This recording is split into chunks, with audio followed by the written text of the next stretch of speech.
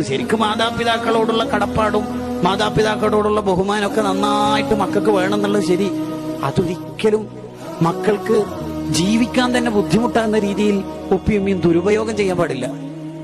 ഒരു കുട്ടി അവന്റെ ഭാര്യനെ കൂട്ടിട്ട് എവിടെയോ ഒരു യാത്ര പോയി, അതാ ഉമ്മാന്റെ അടുത്ത് റിപ്പോർട്ട് ചെയ്തിട്ടില്ലെങ്കിൽ